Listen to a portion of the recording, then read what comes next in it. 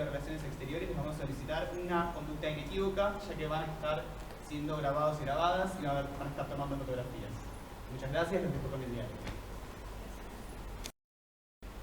Es un placer recibirlos acá. Como ustedes saben, esta es la mesa de cierre del diálogo de escritores y escritoras de Latinoamérica.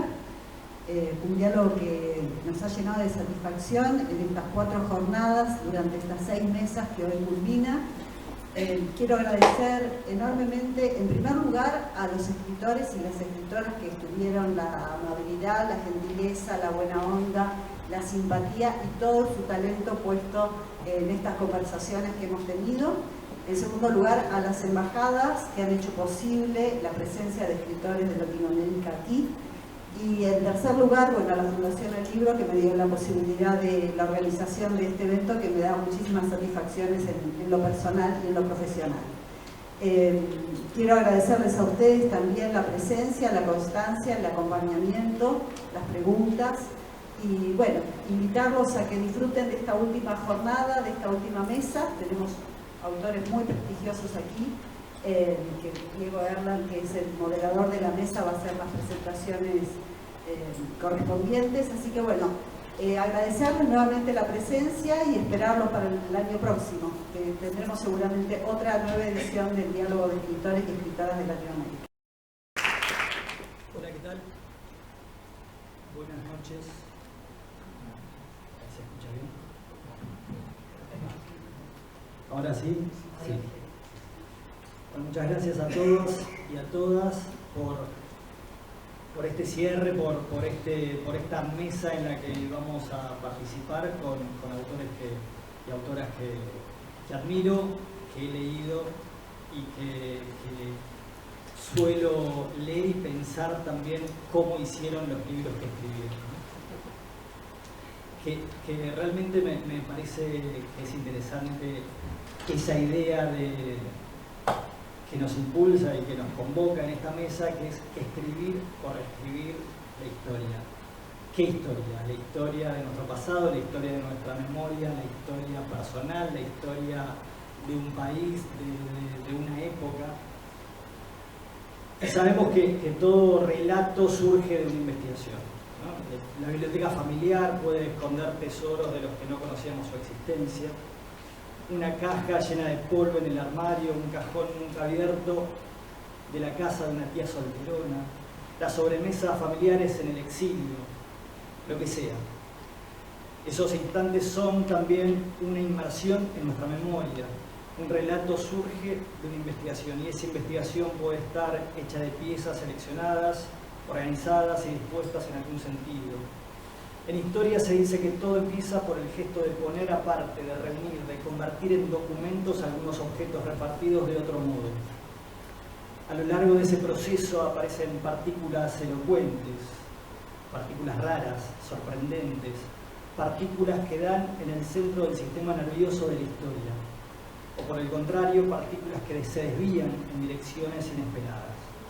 A veces se alinean dóciles en torno a una idea, otras son ariscas, producen giros imprevistos, erosionan las bases de nuestras ideas, motivaciones o prejuicios y a veces hasta los subvierten y las refundan.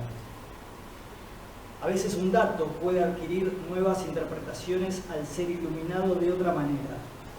A veces estaba perdido, olvidado o descartado por el relato historiográfico establecido.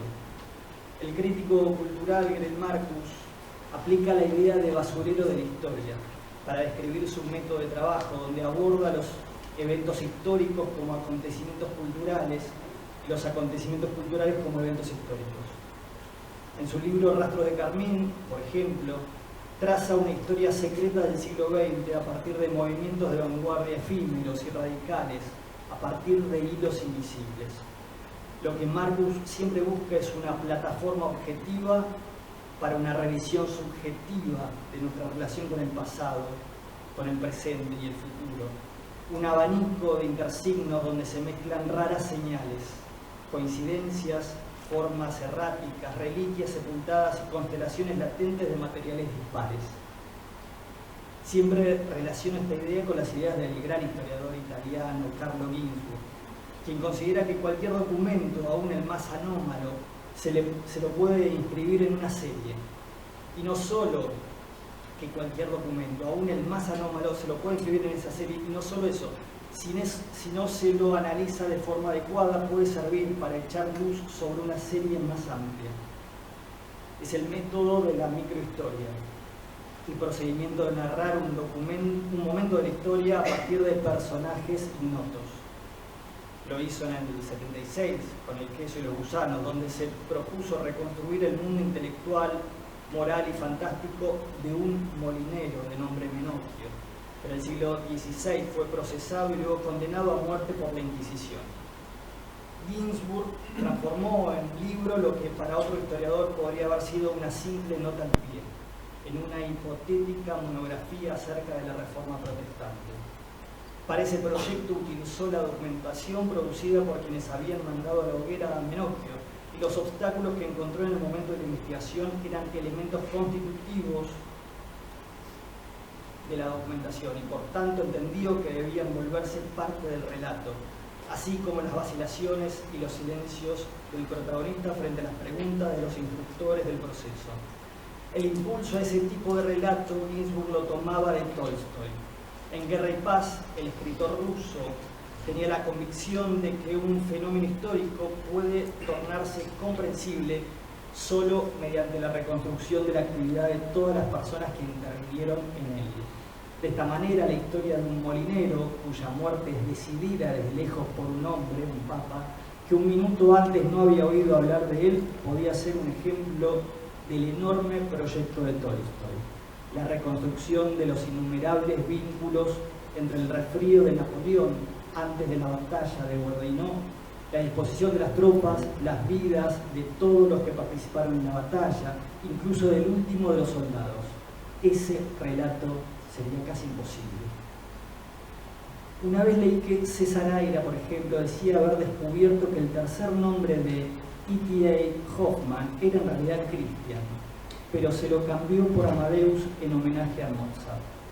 Si no se hubiera cambiado el nombre, las iniciales hubieran sido ETC, o sea, etc. Sería un mal augurio para un escritor, reflexionaba Aira, porque significa una renuncia al discurso. Se le deja al lector que complete la frase o la enumeración, sabiendo que podrá hacerlo.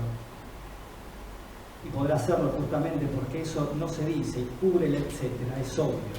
Significa todo lo contrario de lo que es el trabajo del escritor, el cansancio, la inutilidad de seguir, concluía Aira. El tema, claro, es que el tercer nombre de Hoffmann no era Christian sino Wilhelm. El ejemplo, de todos modos, es revelador, sirve para pensar en la construcción de esa fabulación, en la construcción de una mentira, hasta dónde llega el descubrir un dato y después modificarlo y construirlo para nuestras novelas, que creo que es el tema de esta mesa. Esta mesa reúne a tres figuras de la literatura latinoamericana actual que escribieron un relato, cada una a su modo, a partir de tres elementos que me arriesgo a identificar: un dato perdido pero memorable, una obsesión y una época trágica. Escribir o reescribir la historia es el tema, en el que participarán la escritora colombiana Alejandra Jaramillo, autora de Las lectoras del Quijote, el poeta y novelista hispano-argentino Andrés Neumann, autor entre otros libros del Viajero del Siglo y Hasta que empieza a brillar, y el escritor chileno Diego Zúñiga, autor de Camanchaca, del perfil de María Luisa Bombal, El Teatro de los Muertos y Tierra de Campeones, entre otros libros. Los saludo, les agradezco la presencia, disculpen la para que nos sirva como disparadores de esas cuestiones que estamos hablando. Y me interesaba la anécdota de Aira porque cuando lo leí durante mucho tiempo yo citaba ese descubrimiento de Aira, pero después dije, pero Hoffmann tenía la W al final, no tenía la C. Entonces me parecía interesante pensar en esta idea de cómo la fabulación encuentra un dato, se sostiene en base a él, pero después explota hacia nuevos sentidos, nuevas posibilidades, nuevas revelaciones. Y se me ocurre la pregunta y esta frase que siempre se dice en el periodismo, que la realidad no te arruine una buena historia, ¿no? ¿Qué opinan ustedes de eso?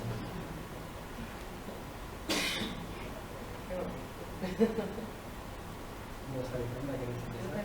Porque me parece que también un dato interesante de tu novela, de las lectoras del Quijote, es ese que vos descubriste y que fue el germen de la novela, ¿no? Que el Quijote estuvo en América en el 1600. Bueno, buenas noches, un gusto estar aquí con todos y todas ustedes, también con ustedes en la mesa. Muchas gracias por la introducción y muchas gracias a la Embajada de Colombia también por la invitación, y a la Feria del Libro y a Jorgelina, muchas gracias. Bueno, la realidad nunca creo yo que puede arruinar una historia, porque están tejiéndose de un lado al otro, ¿no? Y como que nunca puede poseerla. En mi caso sí que ponía unos límites, la relación con la realidad, porque yo, el dato del que habla Diego, es que hace muchos años supe que los primeros ejemplares del Quijote viajaron a América en el mismo año en que salió. En 1605 llegaron a América, se sabe que llegó a Lima, se sabe que llegó a México y se sabe que llegó a Cartagena de Indias, pero no se sabe si llegó a Bogotá y todavía no se ha encontrado nada. Lo buscamos bastante y varias personas antes y no lo hemos encontrado ningún vestigio de que haya llegado, pero a mí me pareció que era la oportunidad para hacer una historia donde yo hacía, pese a que la realidad me dice no llegó, yo podía hacer llegar un ejemplar de la primera edición del Quijote a Bogotá. Y había que, durante mucho tiempo, tener el cuaderno anotado solo eso, ¿no? Como el Quijote llegó a América, hay que hacer algo con esto, 1605 y bueno. Y poco a poco aparecieron los personajes, porque quise que fuera un personaje que creyera que podía evangelizar con el Quijote. Y luego fue apareciendo quienes eran los dos personajes, son una mujer indígena muisca de la región ahí de Bogotá y una española que la trae en América obligada. Iba a ser monja, ya iba a entrar a las Carmelitas Descalzas y el padre decide traérsela porque la va a casar. Y le ha permitido formarse para monja toda su vida. Y bueno, entonces en el barco, el entretenimiento del barco era la lectura. Y ella se da cuenta que están leyendo un libro nuevo, que al comienzo no le gusta porque le gusta leer libros religiosos, pero de repente se va enamorando de ese libro porque le produce la sensación de que la hace sentir que todavía está en esa tierra de la que ella no quería irse. Ella es una sevillana y no quiere irse de España. Entonces, ese dato, que es el viaje del Quijote, es el que empieza a marcar todo el límite de la novela, porque yo tenía, por una decisión personal, yo podría haberme inventado lo que quisiera, creo que en la literatura casi todo se puede, si no todo, pero a mí me daba gusto y me parecía interesante pararme en un momento histórico, asumir la relación con esa historia y desde ahí construir mi ficción. Entonces yo tenía que hacerme preguntas que dependían del momento. Yo no podía ni irme atrás ni irme adelante. Yo quería que hubiera una revolución indígena, que quisieran sacar a los españoles en ese momento. Un poco colombiano, pensé que iba a ser algo así medio de guerrilla, ¿no? Y resulta que no se podía. Los historiadores del momento, historiadoras me dijeron, no, esto ya en ese momento es imposible. Pasé por una temporada de pensar que la novela no era posible, hasta que me di cuenta que podía ser una revolución espiritual y que ese era como un hilo que además unía ese pasado con el presente. Tenía otro límite, y ya para ir dando la voz, que fue de la realidad, pero que a mí me gustó mucho porque me hizo descubrir unos personajes que no dependían solo de mí, y es por qué una mujer indígena y una mujer española en ese momento sabían leer. Y eso me puso un montón de límites muy importantes para la novela. Y luego también tomé la decisión de que todos los personajes alrededor fueran históricos. Entonces yo tenía que ceñirme a lo que estaba pasando, de las relaciones entre todos esos seres que estaban alrededor de mis dos personajes, que van a cometer un acto terriblemente prohibido. Primero, llegar el libro, hasta traerlo hasta Bogotá. Segundo, que lo lean las mujeres.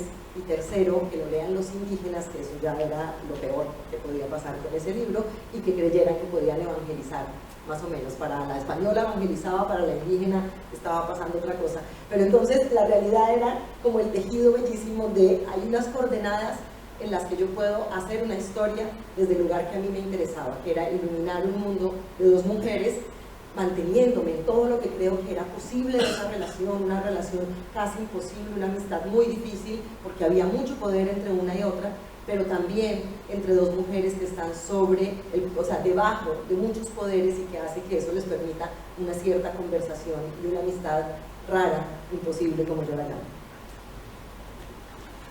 Andrés, ¿no? Y ese peso que tuvo el diccionario en su vida. Sí, peso nunca mejor dicho, porque la edición original eran 3.000 páginas y eran 2 tomos contundentes, ¿no? Realmente pesan, cada tomo, decía ella, pesa medio línea. Sí, una cosa por enmarcar tu marco, por hacer un marco concéntrico. Primero, me llama la atención cuando se trata de dividir la escritura o los fenómenos, digamos, los discursos creativos en ficción, no ficción, caso real o no real. Porque cuando preguntamos si un caso es real, a veces nos pasa desapercibido algo que es evidente y por tanto invisible, y es que la realidad carece de sintaxis, de léxico, de puntuación.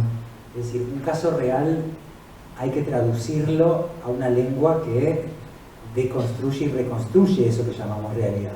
Quiero decir, sin necesidad de meternos en cuestiones ininteligibles, filosóficas sobre qué es la realidad, aun dando por sentado que la realidad existiera como un objeto identificable, queda sin responder qué tanto se desnaturalizaría ese presunto fenómeno real cuando lo ponemos por escrito y lo sometemos al material de la literatura, ¿no? Entonces, en realidad, nunca mejor dicho, toda escritura es imaginaria en primer, segundo o tercer grado.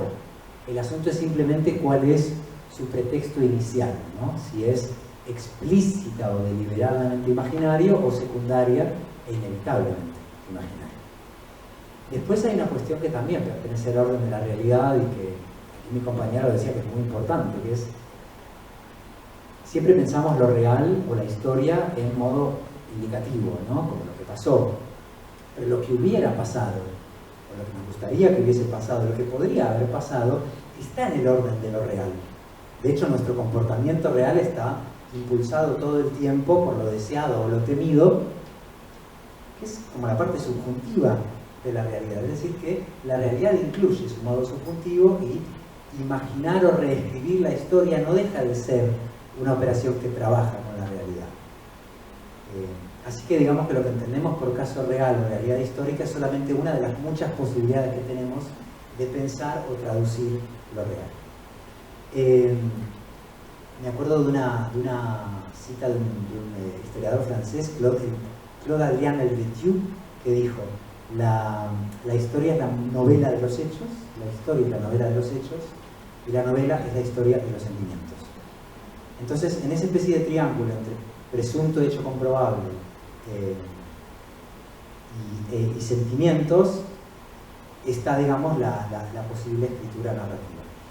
Diego habló de partículas raras en un momento dado, y me gusta, y de documento anómalo, son palabras textuales que utilizó nuestro presentador y moderador. Y me parecen muy lindas, muy felices esas formulaciones, porque qué partícula más rara que una palabra, y qué documento más anómalo que un diccionario. María Moliner, el personaje que me tocó investigar durante años, es la autora del diccionario más increíble y, en mi opinión, hermoso de la historia de nuestra lengua, que es el llamado Diccionario de Uso del Español, pero que en todas las familias, redacciones periodísticas, bibliotecas y universidades se conoce como el María Moliner o el Moliner. Es un caso sensacional en lo lingüístico y también en lo fantástico, porque realmente es un caso de un diccionario que se devoró a su autora e incluso vampirizó su nombre. Es muy poco lo que solemos saber de María Moliner, a pesar de que tuvo una vida absolutamente fascinante que atraviesa todo el siglo, que es muy representativa, digamos, de su generación y de su país. Nació en 1900 y ella decía que era tan vieja que había nacido en el año 0, y muere después del final de la dictadura del franquismo, con lo cual realmente atraviesa casi todas las peripecias posibles de una ciudadana de su época en su país. Pero es un documento anómalo el diccionario de María Moliner, porque lo escribió ella sola en su casa durante 16 años y escribió 80.000 palabras con sus respectivas definiciones, ejemplos de uso y aplicaciones gramaticales. Es insólito que alguien se planteara este objetivo, que es aún más increíble haberlo finalizado. De hecho, en Colombia está el caso mítico de Rufino José Cuervo, que está como la estirpe de estos filólogos latinoamericanos que tuvieron, digamos, como una discusión con la Real Academia Española, lo cual es lógico e inevitable. Y Rufino José Cuervo se emprendió una labor, ¿no?, de hacer una gramática diferente, los regímenes preposicionales, y nunca terminó su magna obra y se quedó como en la letra C o D. Y se murió a la misma edad a la cual María Moliner publicó su diccionario. Es decir, si es utópico y quijotesco, ahora vamos a hablar de la parte quijotesca de María Moliner, el mero hecho de pretender escribir un diccionario, el terminarlo, y de esa manera brillante, roza lo inexplicable. Si además les cuento que esa empresa titánica la ejecuta doña María Moliner desde la calle Don Quijote número 1 del barrio de Tetuán, este dato no se lo inventó César Aira, es un código postal, su nieta sigue viviendo en esa casa, créanme que es cierto, o bueno, no me crean, pero es cierto, en realidad eso sería. Entonces es francamente asombroso que alguien haya vivido en esas condiciones. Es un caso también muy cervantino, porque igual que el Quijote absorbió toda la figura de Cervantes, que hizo un montón de otras cosas, escribió teatro, novelas ejemplares, poesía, y tuvo una biografía fascinante, y es como que el Quijote se devoró a Cervantes. María Moliner tuvo una vida absolutamente fascinante. Desde su infancia hasta su vejez, fue una de las grandes bibliotecarias del siglo XX.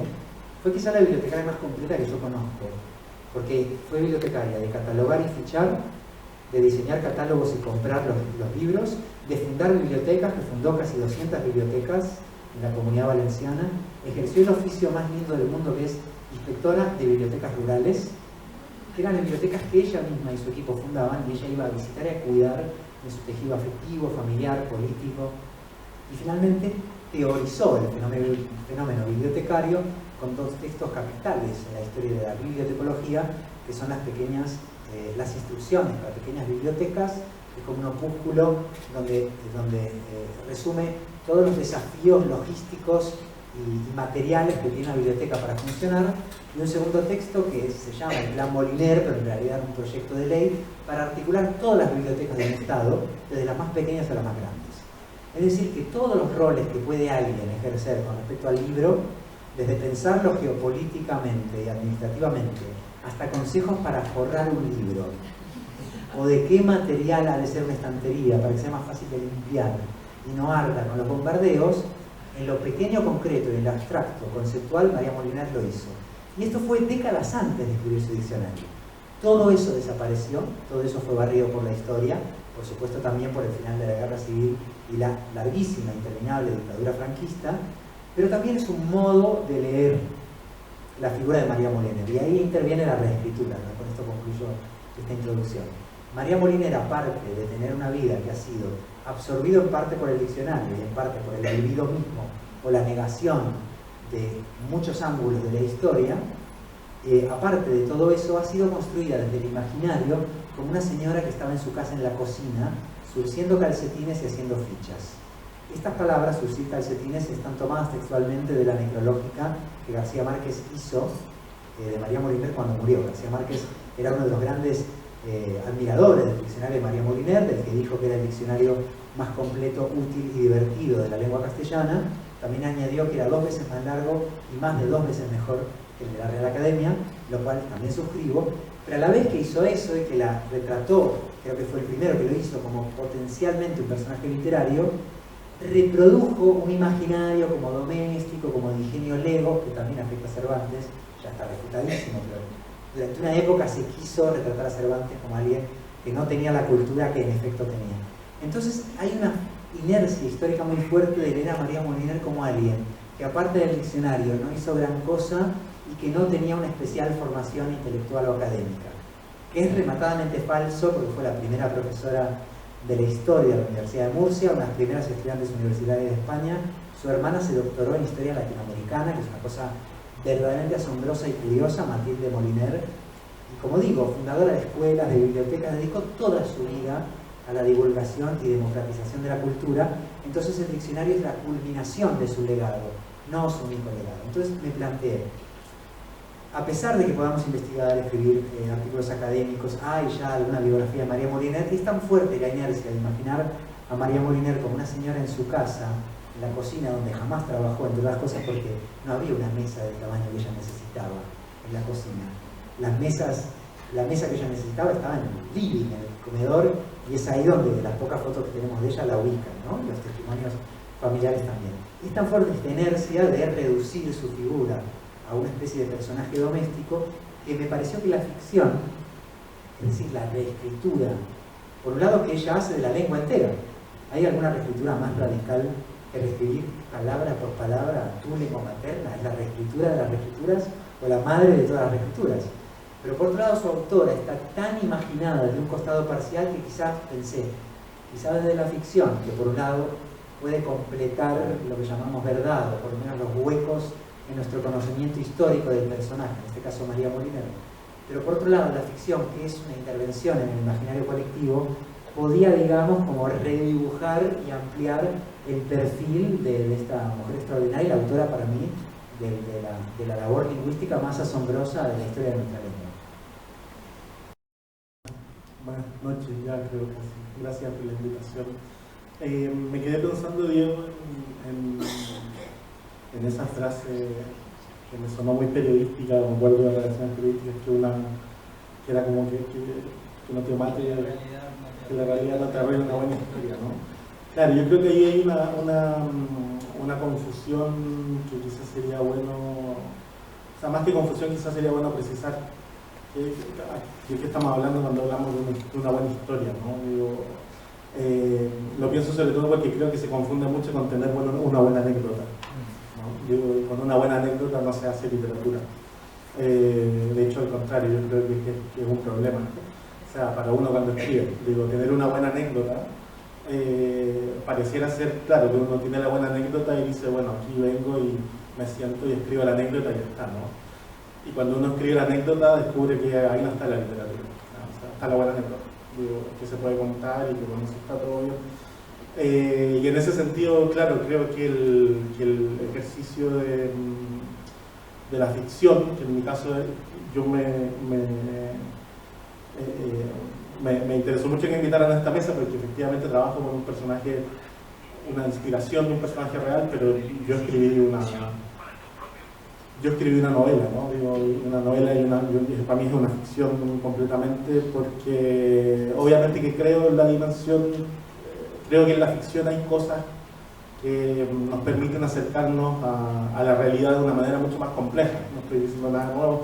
Para mí fue muy revelador cuando leí el concepto de la ficción de Saer, que es este texto breve donde él justamente defiende la ficción y pone en un momento donde se hablaba mucho de la biografía y como de la escritura, como poniendo que ahí estaba la verdad, ¿no? Saer dice, bueno, hay que complejizar esto.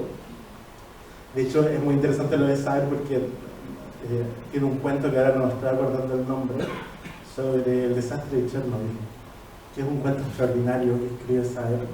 Yo me acuerdo que me lo recomendó alguien cuando fue la serie de televisión, alguien me dice, no, o sea, la serie está buenísima, pero Saer escribe un cuento que está mejor.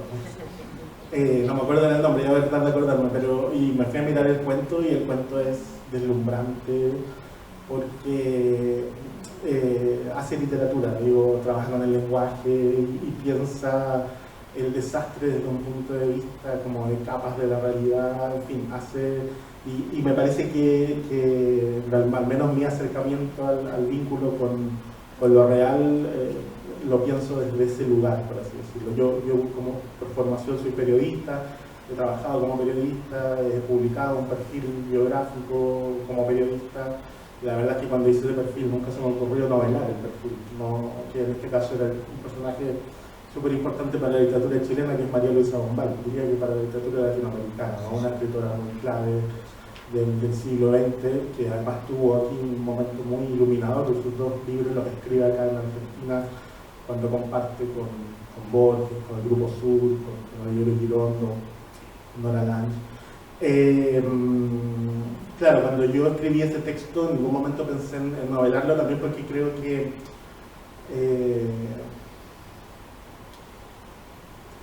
había un pacto con respecto a los lectores, por así decirlo, en ese sentido. O sea, el libro iba a aparecer en una colección de perfiles, y de alguna manera es como, a ver cómo poder explicar esto, pero claro, cuando uno se acerca a una colección puntual, uno sabe que en esa colección va a haber algo puntual, ¿no? Digo, alguien no va a leer una novela, o no sé, pues hay editoriales donde se separan por colores los géneros, ¿no?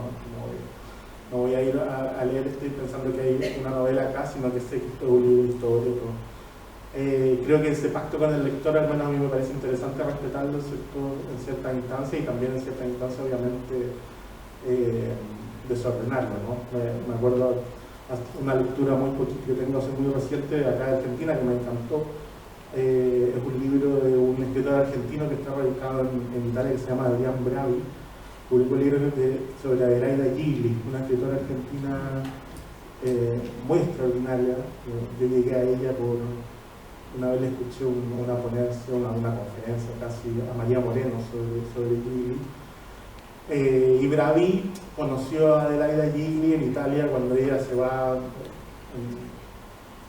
a Adelaida Gigli le desaparecieron 2 hijos de la dictadura y se va a Italia al exilio. Ella era italiana, vuelve a Italia en el fondo, y Bravi se la encuentra en un pueblito cuando ella es mayor, ¿no? Y a partir de esa amistad él empieza a pensar en escribir un poco la historia de esta mujer, que es una historia extraordinaria en el sentido de fuera de lo normal, ¿no? Una vida muy impresionante. Y el libro, claro, el libro lo plantea como una suerte de biografía novelada, pero me parece que en realidad funciona más como un libro de la relación de él con ella y con lo que logró alcanzó a investigar y todo, y me pareció muy genial. Y claro, el Planeta la publicó Planeta y se plantea como una suerte de biografía novelada, pero no sé, soy medio respetuoso de eso, o sea, suena un poco conservador, pero me parece sí, que de pronto un lector va a buscar algo y me parece interesante que ese lector sepa lo que puede encontrar ahí, ¿no?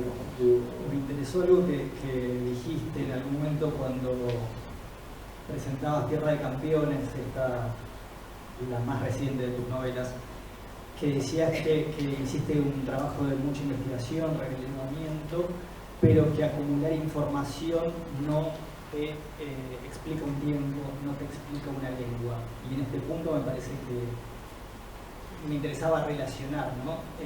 Tanto la figura de María Moliner con cómo contar una lengua a partir de la ficción, y obviamente también cómo es el trabajo con esos 2 mundos que se encuentran entre Inés y el personaje de...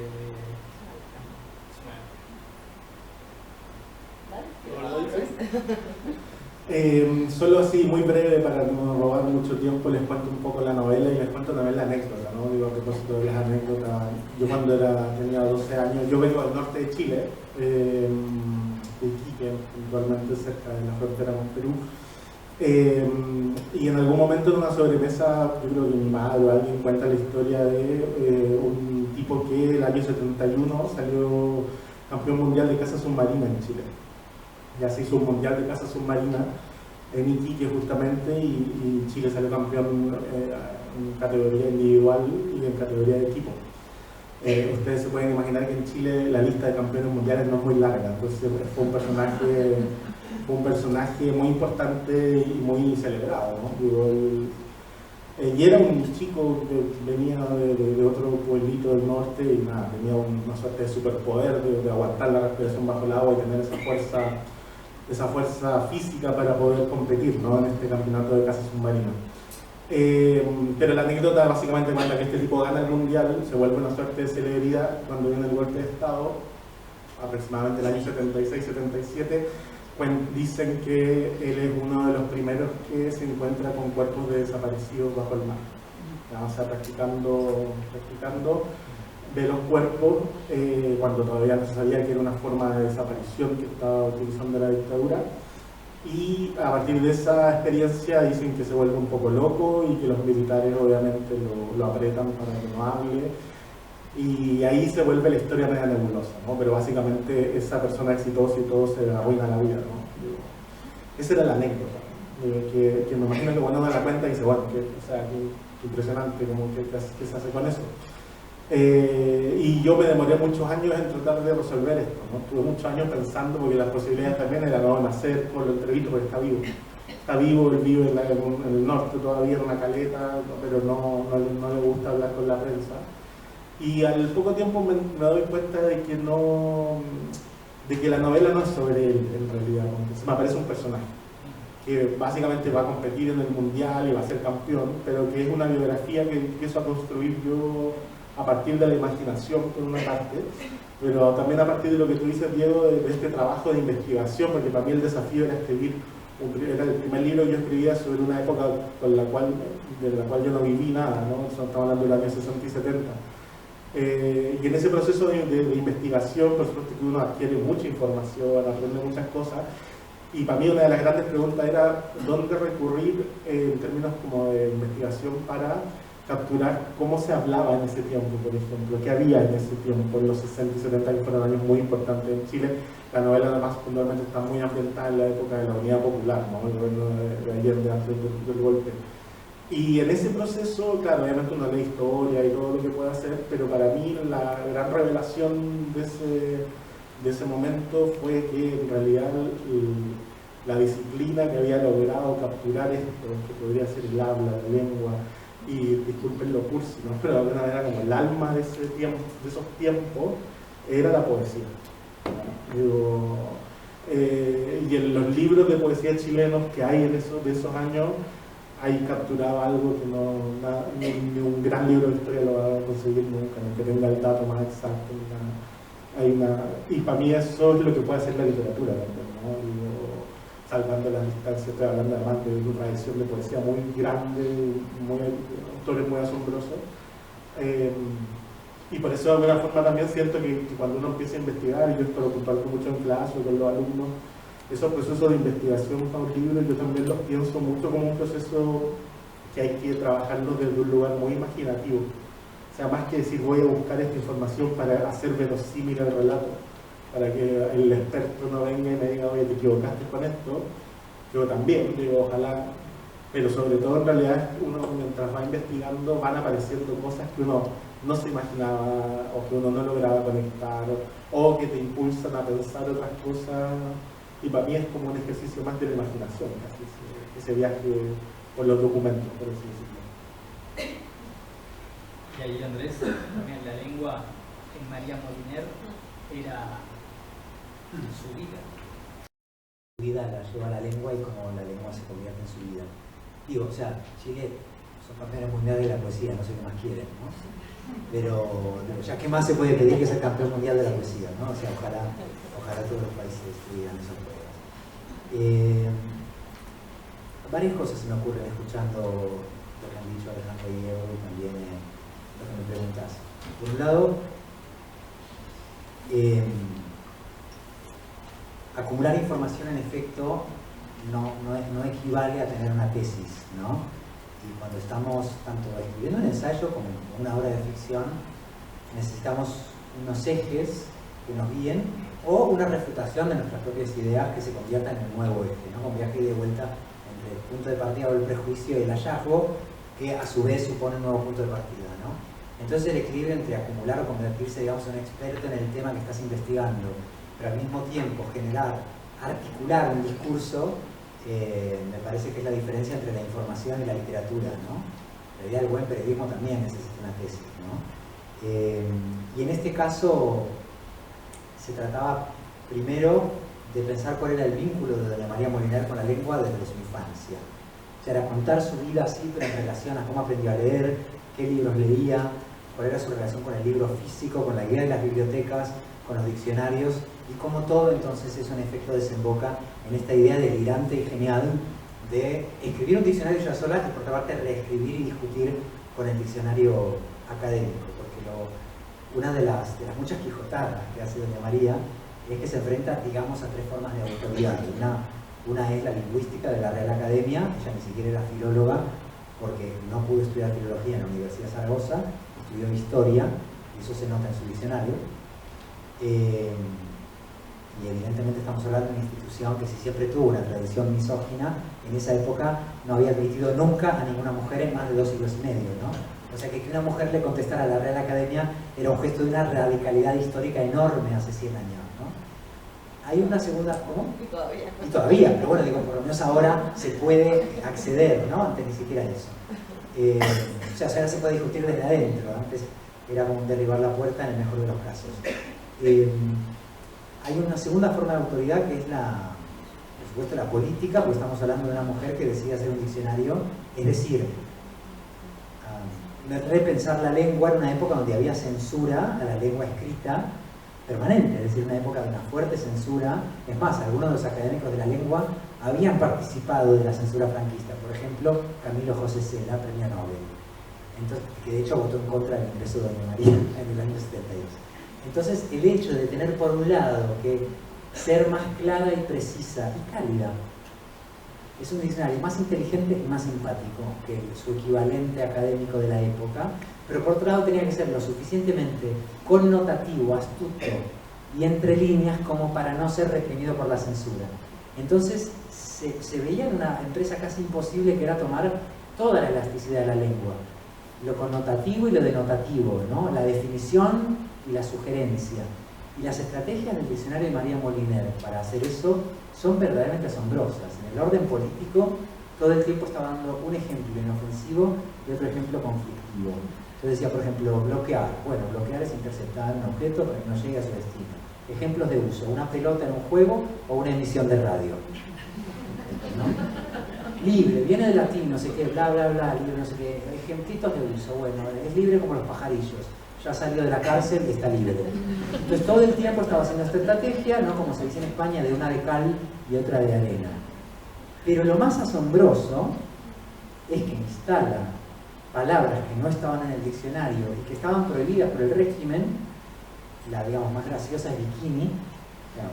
La prenda bikini estaba prohibida por el régimen y no casualmente ausente del diccionario, y ella la incorpora por primera vez en este diccionario, ¿no? Pero lo más asombroso todavía, y que atañe específicamente a la literatura y no a la sociología, es la parte de ficción lingüística. No se suele decir, no se suele mencionar hasta qué punto el diccionario de María Moliner es, además de una obra lexicográfica genial, una obra literaria, porque es el diccionario con más ejemplos de uso inventados. A diferencia del diccionario académico primero, que se llamó Diccionario de Autoridades, porque todos los ejemplos de uso estaban tomados de la más alta tradición de la poesía, eran citas, digamos, esculpidas en mármol, Doña María emplea una estrategia verdaderamente de vanguardia en la época, que es primero tomar ejemplos de uso que ya escuchaba, no sé, en la familia, en el mercado, la gente joven, tomaba periodísticamente, como una especie de antropóloga de la lengua oral de su tiempo, pero la gran mayoría eran inventados. Ella tomaba una palabra y decía, bueno, ¿qué frase se me ocurre para ejemplificar? Con lo cual procedía como una escritora o como una poeta. Pero al hacer eso, que era una enorme libertad y ensanchamiento, digamos, de los derechos del hablante, era inevitable que en ese acto de ficción lingüística tuviese que recurrir a su memoria personal, a su propia ideología, a su experiencia, no sé, como trabajadora, como madre, como abuela. O sea, sus ejemplos de uso están llenos de su vida. Entonces no solo le dedicó la vida a la lengua del diccionario, sino que su diccionario nos cuenta su vida. Y son infinitos los ejemplos que digo, o sea, decenas y decenas de miles, donde si se estudia la vida de María Moliner y después lees el diccionario, ves los pasadizos incansables entre cómo su experiencia de vida la lleva al diccionario y cómo el diccionario ilumina su vida de un modo muy asombroso. La cuestión de la investigación y la imaginación a mí me interesa mucho. A mí me parece que en muchos casos, cuando escribimos libros, digamos, basados, como dije antes, en lo que se entiende, que es un caso real, con todas las comillas que mencioné en mi introducción, creo que en la ficción investigamos para ganarnos el derecho a inventar.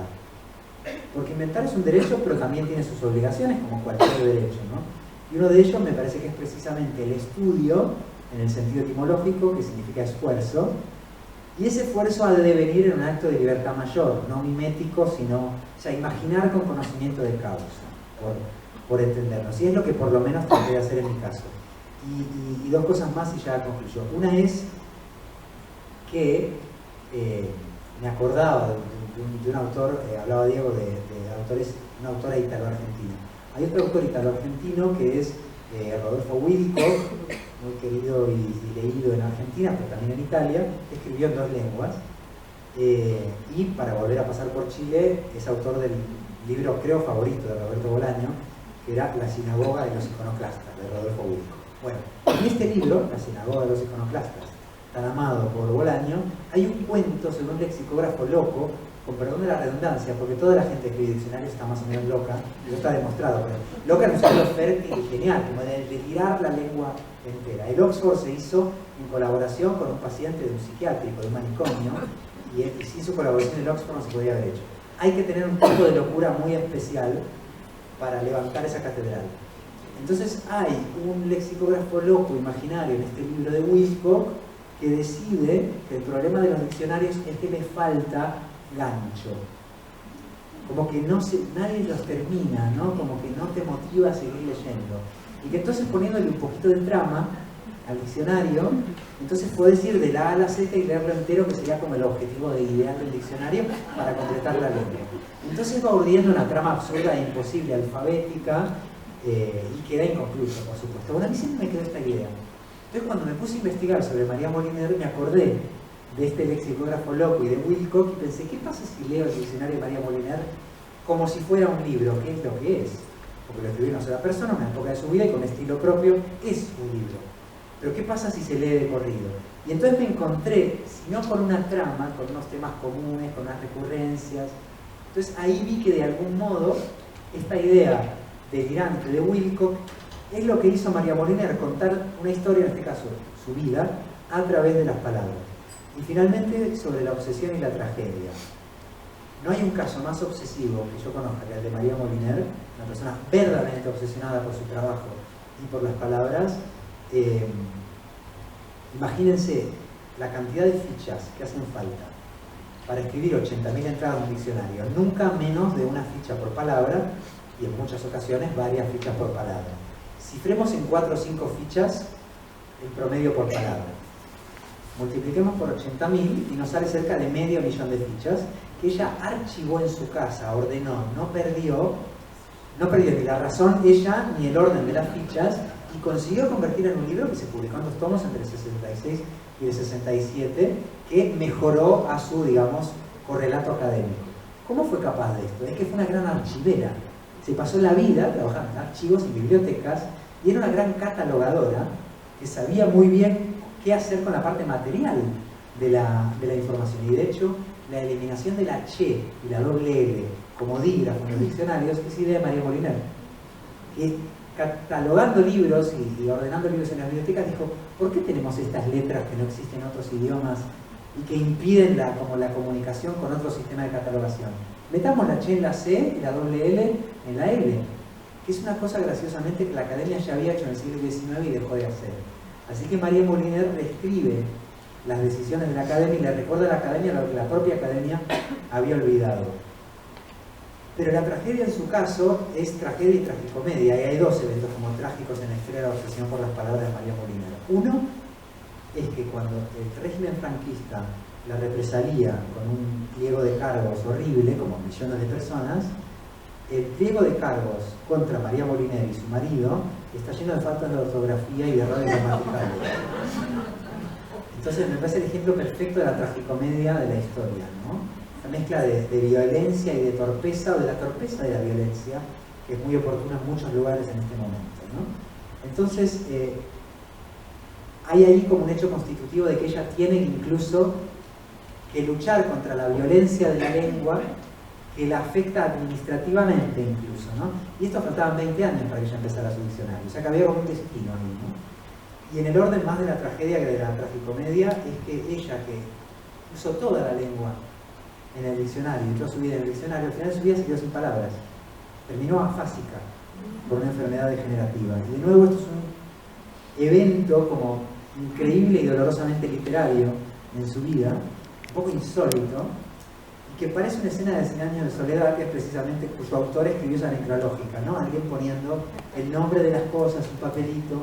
Entonces digo, la idea de que la vida de María Moliner no es literaria, aparte del diccionario, no solamente es un error, sino que es un acto como de miopía increíble, ¿no? Su historia está llena como de metáforas casi en crudo que había casi que moderar más que resaltar.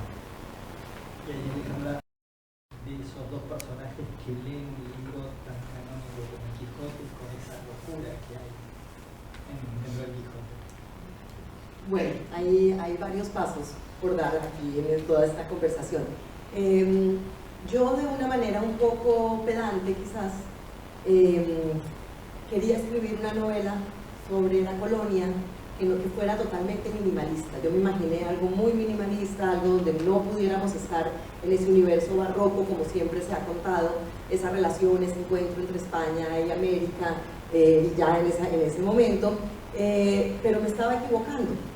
Y me estaba equivocando porque la tarea que uno hace al escribir, que es, sale de unas premisas iniciales, tienes unas ideas de cómo te vas a mover con esa novela, pero luego tienes que ir a construir quiénes son esos dos personajes. Había que descubrir quién era Suánica, quién era Inés, lo primero que les contaba porque saben leer, para que pudieran leer el libro, pero luego muchísimas cosas de una vida cotidiana que yo necesitaba entender y de todas las coordenadas del mundo de ellas dos.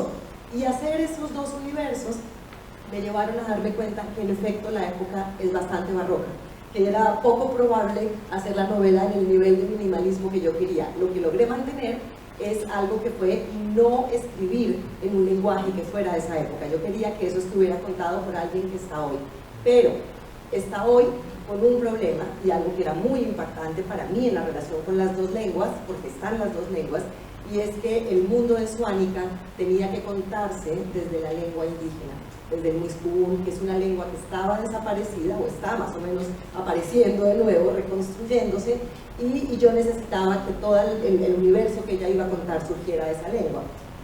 Y trabajar la lengua de la indígena y trabajar del otro lado el mundo de esa española, porque no es mi lengua. La lengua que hablaba Inés en esa época, con la que creció, con la que leyó textos literarios, con la que leyó textos de religiosos, no es la misma lengua que yo hablo, pero mi narradora iba a hablar desde mi lengua hoy. Y al tener que enfrentarme a las dos, yo tenía que abrir un espacio inmenso para que dos formas diferentes de hablar se colaran en la novela y me pudieran contar desde ahí. Y entonces eso me llevó, por ejemplo, a descubrir cosas como esta. En la lengua de Muiscún, cada palabra está en muchos mundos. Un ejemplo, la palabra piedra puede empezar en una piedrita que esté tirada en el piso, pero luego es una piedra sagrada, y luego es el respeto, y luego en otro mundo es el éter, y en otro más arriba es algo aún superior, pero es la misma palabra. Bueno, cuando Suánica empieza a encontrarse con la lengua española, porque ella tiene que aprenderla, y por eso sabe leerla, siente que esa es una de las formas de la soledad. Darse cuenta que tiene que hablar una lengua donde, según ella, todo es concreto, la piedra es piedra, no tiene 5 mundos más, ¿no? Y en esa relación empiezan a surgir las diferencias de cómo son las dos. Y para mí, lo que fue más la aventura de todo ese proceso era ver que la manera de leer el libro me hablaba de dos culturas tremendamente distintas, y que lo que yo quería era, desde una mirada de cómo leemos, poder poner a conversar esas dos culturas. Y entonces la investigación, que por supuesto la investigación la hacemos para cualquier cuento, para cualquier novela, porque investigar para mí en la literatura, y creo que ya lo han dicho también Diego y Andrés, investigar para la literatura es encontrar la particularidad de ese mundo en el que uno va a entrar, de lo que uno va a contar, pero después de la particularidad viene la imaginación y lo que uno quiere hacer con esa particularidad. Pero por supuesto en lo histórico, en el tiempo del pasado, donde uno quiere hacer que una realidad aparezca, pues esto se vuelve mucho más grande, mucho más importante. Entonces yo tenía dos maneras de investigar para esta novela, porque una tenía que ver con descubrir cómo era la época. Es una época que no está muy contada en la historia colombiana, y yo necesitaba entender cómo era esa ciudad, qué se comía, cómo se vivía, todo lo que se hacía, cómo era el mundo español, cómo era el mundo indígena. Yo crecí con la idea de que los muiscas ya no existían para ese momento, y luego investigando descubro que claro que existían, ninguna mujer había sido evangelizada, es decir, que la cultura estaba absolutamente viva, y bueno, hay muchos datos allí, pero un lado de la investigación era ese, cómo era el mundo en el que ellas dos pueden vivir. Pero la otra era la investigación de cómo hoy entendemos ese pasado, porque para mí era muy importante contar ese pasado desde una mirada contemporánea que lo ilumina distinto, que nos permite darnos cuenta que lo que creímos antes ya no existe, porque quien ha investigado el tema, que no soy yo, sino muchos historiadores e historiadoras, han podido demostrar otras cosas. Y eso que han demostrado podía entrar en la manera en que yo creaba desde una intuición, porque yo creo que, siempre digo que esas dos mujeres, como otras dos de las que estoy escribiendo ahora, que son Manuelita Sáenz y Jonatás, se sientan por acá a mirarme cuando yo estoy hablando de ellas, y un poco se ríen de mí porque, bueno, quizás yo no logro hacerlo muy bien, pero desde mi intuición, con la relación de quiénes eran ellas, pues trato de ir como al fondo de ese universo en el que ellas vivieron y desde el lugar en el que yo puedo mostrar algo que en muchos momentos no ha sido entendido. Ahora, yo no tenía una dificultad, y es que en esta novela estas dos mujeres no existen históricamente. Yo me las podía inventar por completo, no a la gente alrededor, ¿sí? Pero ahora acabo de terminar un manuscrito de una en que sí me metí con un personaje que la gente conoce y conoce mucho, y eso me parece que es aún más difícil. Tenía el problema de existir. Claro, tenía el problema de pertenecer a ese otro lado que nos alimenta, que es la realidad, ¿no? Pero es una experiencia también bellísima de cómo puede ser maleable la historia, porque de todas maneras la manera en que esos personajes existen dentro de la literatura te lleva a ir a eso que llamas sentimental, ¿no? Que era como de los sentimientos, de ir más allá, que yo lo llamo a encarnarse en la vida y no solamente contar hechos históricos, y es darle la vuelta y la imaginación entra por imaginarse uno mientras escribe cómo podría reaccionar esa mujer a ciertas situaciones, a ciertas lecturas, y son personajes que de alguna manera permiten, o sea, vienen de una investigación, pero creo que después evidentemente tienen que pasar por un proceso muy intuitivo, muy creativo y muy de sacarlos de la anécdota, del mundo como histórico, para pensarse de qué otra forma podemos dar cuenta de esos hechos, de qué otra forma yo podía dar cuenta de esas dos lecturas tan distintas de un mismo libro y que les estaba sirviendo a las dos para propósitos bien diferentes, pero que lograban cerrar algo que era muy importante, y es ser amigas pese a no poder serlo. Ser amigas pese al silencio que la indígena tenía que tener con la española, porque no le podía contar lo que ella era. Ella iba a ser una sabia y no podía contar nada de eso. Y crear una relación de amistad dentro de lo que significa dos mundos que no podían de alguna manera conversarse y que estaban enfrentados, pero que al final construyen otra lengua y otra manera de contar que se teje después. Creo que estamos cerrando porque ya tenemos demasiado tiempo. Pero la última pregunta que quería hacerles para cerrar era también qué preguntas se formularon ustedes al comienzo de cada uno de estos proyectos. Si hubo alguna pregunta que los interpeló y de qué manera los interpeló y cuál fue esa pregunta, si hubo alguna. Pues una pregunta que ha sido tremenda todo el tiempo es ¿cómo puedo escribir una novela donde la mitad de la novela tiene que estar apelando a palabras que nadie entiende? Porque nosotros nos criamos con 5 palabras, 5 dioses, o 3 o 4 creo. Si yo le pregunto a las colombianas qué saben de los muiscas, me van a decir 3 cosas. Y yo estoy incluyendo 170 palabras, ¿no? Y todo el tiempo, mientras estamos del lado de la narración en que se está hablando desde Suánica, pues están esas palabras y yo no las estoy definiendo, no hay un glosario, y la pregunta es ¿qué hacer con esto? Y bueno, yo elegí un camino que sé que es difícil y sé que hay lectores y lectoras que sienten que se tropiezan mucho al comienzo porque cada palabra sí que está parafraseada, pero y poco a poco se va acostumbrando la gente a esas palabras. Pero era también una búsqueda, que era la otra pregunta mía, ¿no? ¿Cómo lograr hacer que a través de que apareciera ese gran personaje que es Suánica, volviéramos a preguntarnos, a conversar con la ausencia de esa lengua? ¿Por qué no tener esas lenguas? ¿Por qué no hablar también esa lengua? Me pasaba una cosa muy divertida, y es que mi abuela, que siempre fue mi primera lectora, cuando empezó a leer las lectoras del Quijote, que se la tenían que leer de oídas porque ya se había quedado ciega, ella decía, cada que empezaba el capítulo de Suánica, me decía, ay, ya volvió la india esa, a mí me gusta más la española. Y yo le decía, pero abuela, hice todo esto para que ella tenga otro sentido. Y claro, ella sentía muchísima comodidad con la española, porque era un mundo que le era más cercano, para mí igual fue traducir muchas cosas de ese mundo, pero era más cercano. Mientras que el mundo indígena, claro, que representaba un universo que no está tan cerca, que es más difícil, que genera tropiezos y que sobre todo, y por ahora la mayoría de lectores y lectoras quizás más jóvenes que mi abuela, me dicen es que sí que produce una sensación de vacío de estómago, de por qué esto se fue, porque no lo tenemos, porque no estamos conectados también con ese otro universo, porque es otra manera distinta de entenderlo todo. Mientras Inés tenía su necesidad del libro, de leer ese libro, tenía un miedo terrible porque Inés lee al Quijote con la sensación de que el imperio se va a caer.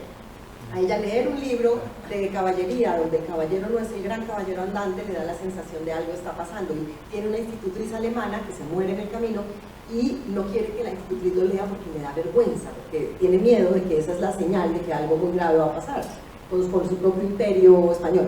Pero por el otro lado, Suánica, por ejemplo, no puede abrir el libro cuando por primera vez lo tiene ella sola, no lo puede abrir directamente porque para ella tiene que haber un propósito, tiene que haber un permiso, hay una relación como con el universo que la rodea que le va a ir diciendo si lo puede leer, aunque ya lo ha oído, pero ella tiene que encontrar, y lo primero que hay para ella es la sensación de tocar ese cuero, que además eso sí que es un anacronismo, no existía el libro así, pero yo lo necesitaba. Ella toca el cuero y se imagina el páramo, se imagina los frailejones, y tiene otra relación. Son dos maneras de leer, que son dos formas de hacer que las culturas se encuentren.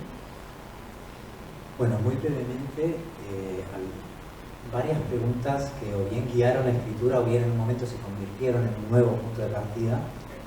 Pero más en esto último, no de dónde se parte, sino cómo se modifica el punto de partida, ¿no?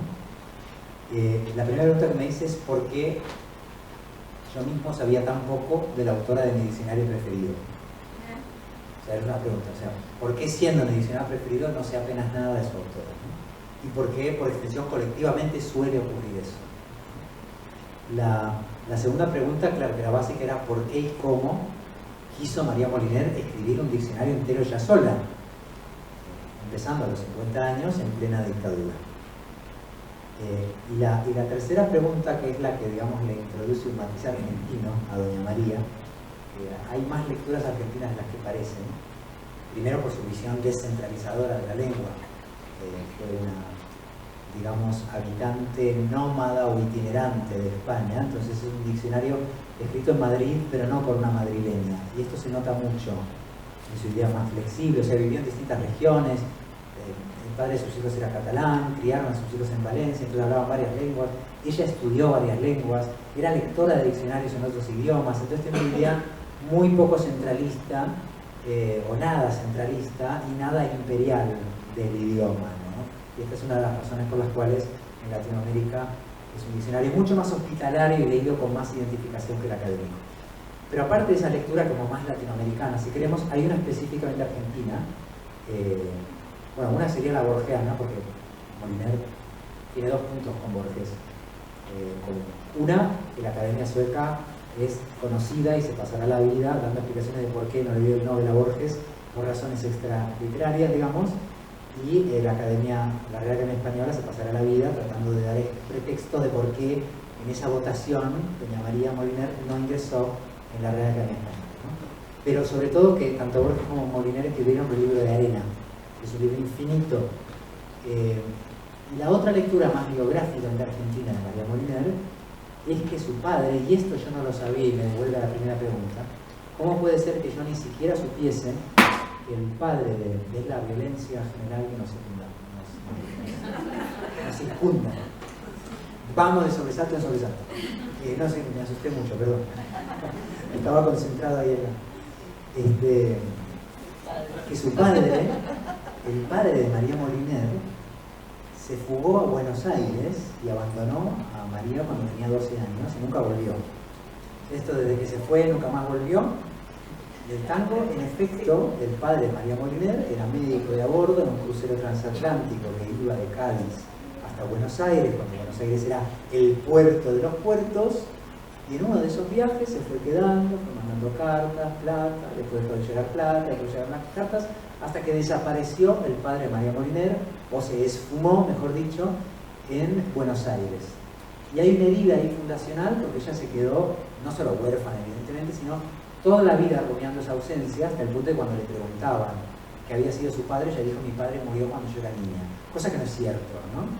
Entonces, es muy interesante ver cómo ese fantasma, o sea, ella trabajó la lengua materna y combatió el fantasma paterno, y el fantasma paterno era argentino, y entonces es muy interesante cómo ella se pasó la vida pensando la lengua, las otras orillas o las otras maneras de pensar la lengua, y que su hermana, sin haber pisado, que yo sepa, Latinoamérica, se pasó la vida estudiando la historia latinoamericana. Entonces tenemos ahí como esa parte fantasmagórica de cómo una lengua materna y una figura paterna pueden disparar todas las demás preguntas.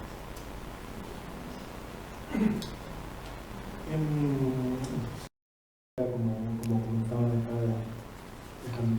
Andrés, pero a mí se me apareció una pregunta en un momento muy puntual. Yo me demoré muchos años en escribir el carnaval, estuve entre 7 u 8 años entre que entraba, salía, etcétera, etcétera. Y en esos 8 años pasaron muchas cosas, ¿no? Digo, entre esas en Chile hubo una revuelta social muy importante, hubo 2 procesos constituyentes que fracasaron. Y en algún momento yo me pregunté por qué yo estaba escribiendo una novela de un personaje que vivía su historia hace 40 o 50 años, 60 años, ¿no? Porque yo estaba interesado en algo que había en ese pasado que me llamaba, y se me hacía una pregunta muy compleja, sobre todo cuando me acuerdo particularmente en el momento de todo lo que fue la revuelta popular. Que claro, las calles estaban llenas de gente, había una energía, pasaba algo, y yo decía: ¿por qué estoy interesado en ese pasado? A esto después se sumó la parte final de la novela, cuando ya estoy terminando de corregir, que fue a inicio del 2023, cuando se empieza todo el proceso de conmemoración de los 50 años del golpe de Estado. Que fue una conmemoración muy difícil porque obviamente, al igual que acá, hay un gran número de discursos negacionistas que han vuelto a aparecer y que se han tomado como que parecen normales, ¿no? Y que de hecho sí, fue una conmemoración muy compleja en ese sentido. Y claro, yo me hacía la pregunta de por qué estoy escribiendo sobre esto. En algún momento entiendo que en realidad, claro, por más que el personaje viva en los años 50, 60 o 70, hay algo del presente que está ahí, ¿no? O sea, por más que uno esté escribiendo el pasado, o por más que uno esté recurriendo al pasado, ese pasado, por supuesto que se filtra en nuestro presente. Y cuando yo logré entender eso, ya llegando al final de la novela, como que sentí que claro, que empezaban a calzar ciertas cosas que habían sido sobre todo pensadas desde una idea de la intuición, ¿no? Como, ¿por qué me interesaba esto? ¿Por qué se me apareció tanto en la Unidad Popular, por ejemplo, como un momento tan importante en la novela que originalmente no lo había planificado así? Y para mí tenía que ver con esas energías de la calle, y con esos fracasos constituyentes, y con esa conmemoración de los 50 años, que al final, cuando ya estaba terminando y entregando la novela, dije: bueno, sí, esto tiene mucho sentido, ¿no? Por más que estemos hablando del pasado, en realidad este personaje es de ahora, ¿no? O sea, lo que pasa está ocurriendo ahora, y me pareció muy iluminador cuando llegué al final, como digo, de poder responder esa pregunta. Bueno, con esa pregunta y con estas novelas y estos libros, les quiero agradecer, la verdad, cada una de las respuestas que dieron, esas revelaciones que nos iluminaron también, para poder leerlos de vuelta y para poder escribir. Así que muchísimas gracias a todos ustedes.